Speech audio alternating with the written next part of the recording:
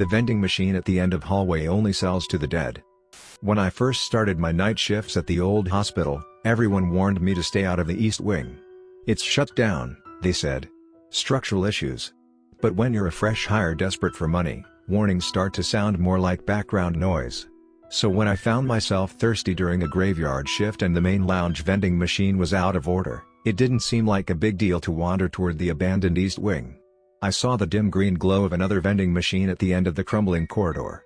It buzzed faintly, almost as if it was calling out. It was pristine, somehow untouched by the dust and decay around it. Rows of old-fashioned snacks lined the inside, strange, unfamiliar brands I'd never heard of. Beneath them, slotted behind the glass, were tiny objects, a photograph, a locket, a single, blood-stained glove. There was no keypad, just a small brass coin slot, and pinned to the side was a yellowed paper sign, scrawled in frantic handwriting. Rules to survive the machine. 1. Never use your own money. Only use the coins in the tray. 2. Never look at your reflection in the glass for too long. 3. If you hear someone whisper your name, walk away immediately. 4. Never eat what you buy. 5. If the machine offers you an object instead of food, do not touch it. Leave immediately and do not come back. I should have walked away then. I should have taken the warning seriously. But thirst makes you stupid, and curiosity is even deadlier. When I approached, there was already a single brass coin waiting for me in the tray.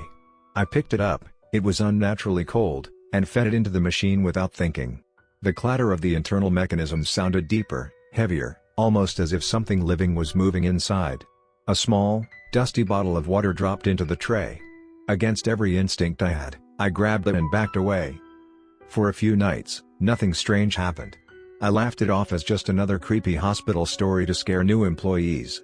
But then I noticed things, shadows gathering just out of sight, strange puddles forming where no water leaked, a constant coldness that clung to me even in the warmest rooms. Worse, every time I passed a reflective surface, I could see something standing just behind me, something gaunt, wrapped in hospital linens, with hollow, rotted eyes. The others noticed I was changing. They said my skin looked pale, almost translucent. They said sometimes, in the dead hours of night, they heard 2 sets of footsteps when I was supposedly alone. I tried to pretend everything was fine. I stopped going near the East Wing. I ignored the vending machine. But every night, without fail, there would be a small brass coin sitting on my locker shelf. Waiting. Last night, I made a mistake. I was exhausted, half asleep, and I dropped one of the coins. It rolled down the hallway, toward the East Wing, and before I could think, my legs were moving on their own. The machine was already buzzing, a snack already ready for me. This time, it wasn't water or candy. It was a cracked, blackened mirror, small enough to fit in my hand. My reflection inside wasn't mine anymore, it grinned at me with rotten teeth and hollow eyes. The paper sign was gone. In its place, a new message burned into the machine's surface. Already sold. They say people disappear at the hospital. That sometimes, night shift workers just vanish. I used to think it was an urban legend. Now, I know the truth, you don't disappear. You stay. You become something waiting behind the glass, peering out at the next fool who can't resist one last snack. And if you ever find yourself wandering a hospital at night, parched and desperate, and you see an old vending machine glowing at the end of a crumbling hallway, remember the rules. Obey them. Or you'll be the next item it sells. But I didn't remember. Not really. Fear makes you forget rules. Fear makes you desperate. And desperation is what the machine feeds on. It started small. Another brass coin would appear each night, tucked in my shoe, buried under my pillow, even lodged inside my mouth when I woke gasping from nightmares. No matter how many I threw away, they returned. And with them, I noticed new symptoms. My fingertips, once pink and healthy, grew numb and gray. My vision blurred at the edges, leaving faint shadows flickering no matter how brightly the hospital fluorescents buzzed overhead. Worst of all were the reflections, they grew bolder. It wasn't just the shadow anymore. It was me, but wrong. Staring, mimicking my every move half a beat too slow, smiling when I wasn't. One night, against all my instincts, I took another coin. Not to buy. Just to hold. To see if I could resist. I hid it deep in my pocket and went about my rounds. But the East Wing doors, once chained shut, swung open with a slow, aching groan as I passed. The hallway beyond was darker than the rest of the hospital, humming with a static that crawled over my skin. I knew better. I knew the rules. Still, I walked in. The vending machine gleamed ahead like a beacon. Except now, there were more of them, rows and rows of machines lining the walls, each flickering with sickly green light. Each filled not with snacks, but with people. Faces pressed to the glass, eyes wide and pleading, their hands banging soundlessly against the barriers. Some were dressed like nurses from decades ago, others wore tattered patient gowns. A few were children, their cheeks sunken and pale, and one of them was me. I stumbled back in horror, but the coin in my pocket burned white hot, rooting me to the floor. The machine directly in front of me lit up with a mechanical ding, and the chute at the bottom creaked open. No snack dropped. No water bottle. Instead, a single yellowed slip of paper fluttered out, landing at my feet. It said, "Final call, collection imminent." I ran. God, I ran. Through twisting hallways that seemed to shift and rearrange themselves, doors that led to dead ends, elevators that opened into voids. I could hear the clatter of coins rolling after me, hundreds of them, raining from invisible heights, echoing through the crumbling walls. Worse still was the laughter, wet, gurgling chuckles that grew louder the faster I fled. I haven't been back to the hospital since. I quit without notice, packed a bag, and moved 2 towns over. Thought maybe I could escape whatever curse the machine had laid on me. But last night, I found a vending machine at the gas station. An old one, tucked between modern soda coolers. It wasn't plugged in. Shouldn't have been working. But as I passed it, it buzzed to life, and I saw it there, one brass coin resting neatly in the tray. Waiting for me. I didn't touch it. I swear I didn't. I fled again, heart hammering in my chest, but I know it's no use. The rules never said you could run. Only that you had to obey. Now, as I sit here writing this, the air in my apartment has turned cold. I keep hearing the soft, metallic clink of coins rolling across the floor. I smashed every mirror, covered every reflective surface, but it doesn't matter. I can feel it now, the burning pressure in my pocket. I don't even have to check. The coin is there. It wants to be used. Soon, they'll come to collect me. Soon, I'll be behind the glass too, another empty-eyed prize for the next fool who doesn't know the rules.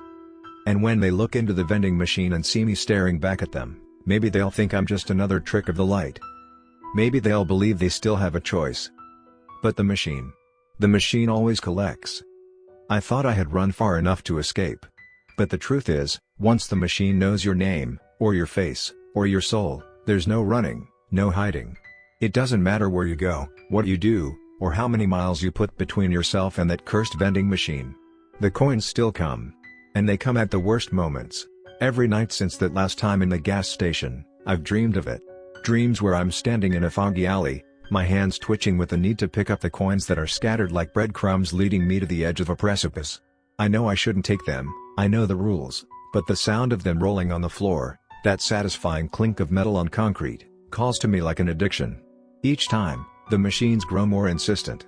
They speak to me, but not in words, no, it's more like a hum in the back of my skull, a vibration I can't escape. At first, I thought I was imagining it.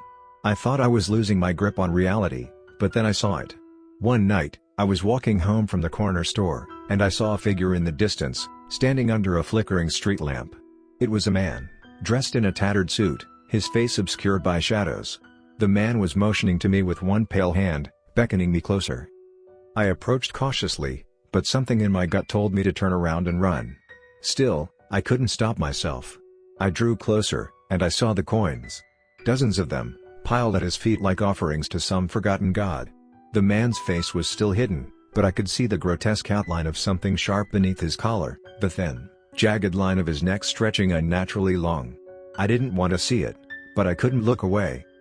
And then, just as I was about to turn back, I heard the voice. It wasn't the man's voice, though. No, this voice was deeper, more mechanical, like a series of gears grinding together, struggling to break free of something old and broken. It echoed in my bones, reverberating through the night. "It's your turn." I wanted to scream, but no sound came. Instead, the figure in the shadows slowly straightened, and I saw it for what it was. The man wasn't a man at all. His face had melted into a smooth, pale surface, the skin stretched tight over the skull like a mask.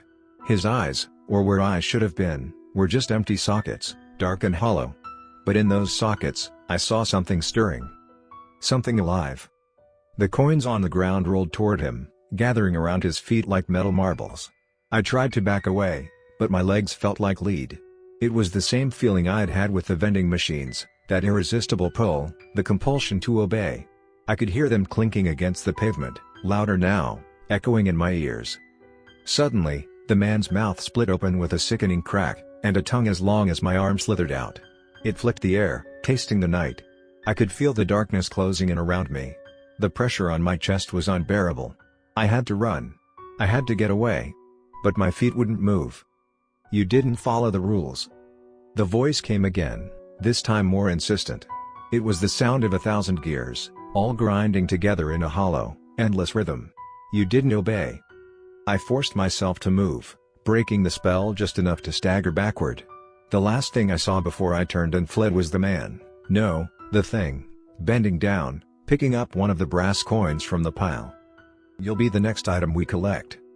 I ran until I couldn't breathe, until my chest was burning, until I thought my heart would burst. But when I got home, it was waiting for me. The coin. It sat in my kitchen, gleaming under the harsh overhead light. I hadn't heard it fall, but there it was, another coin, another reminder of what I had avoided. I reached for it, my hand trembling, but as soon as my fingers brushed against its cool surface, I felt it. A sharp, sudden pain, like something was pulling me from the inside. I tried to scream, but no sound escaped my throat.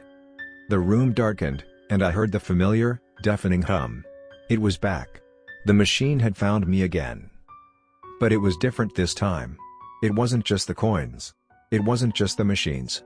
No, this time, the machine was coming for me directly. I could feel its presence pressing against the edges of my consciousness like a cold breath on the back of my neck. And there was no escape. The hum was growing louder now, almost deafening. And then I saw it, the shadow that had been lurking at the edges of my vision, waiting. It moved, fast, like liquid shadows twisting together into something humanoid, a figure emerging from the blackness. I recognized it immediately, the thing I had seen on the street, the one that had dragged me into the trap. It was standing in my living room now, its hollow, empty eyes fixed on me. I could feel its gaze piercing through my very soul. "I have collected you," it whispered, its voice like the grinding of broken glass. And then, the machine spoke again, louder now, as though it had entered my very skull. "Your name will be the next to be printed. Your time is up." I tried to scream, tried to fight it, but it was no use. I could feel the cold metal of the coins beneath my skin, pulling me apart from the inside. I was becoming the next item, the next display in its hellish collection. And then, just like that, the darkness swallowed me whole. When you wake up, you'll know what to do. Follow the rules. Or become another forgotten item, another face behind glass. The machine always collects. And it's waiting. Always waiting.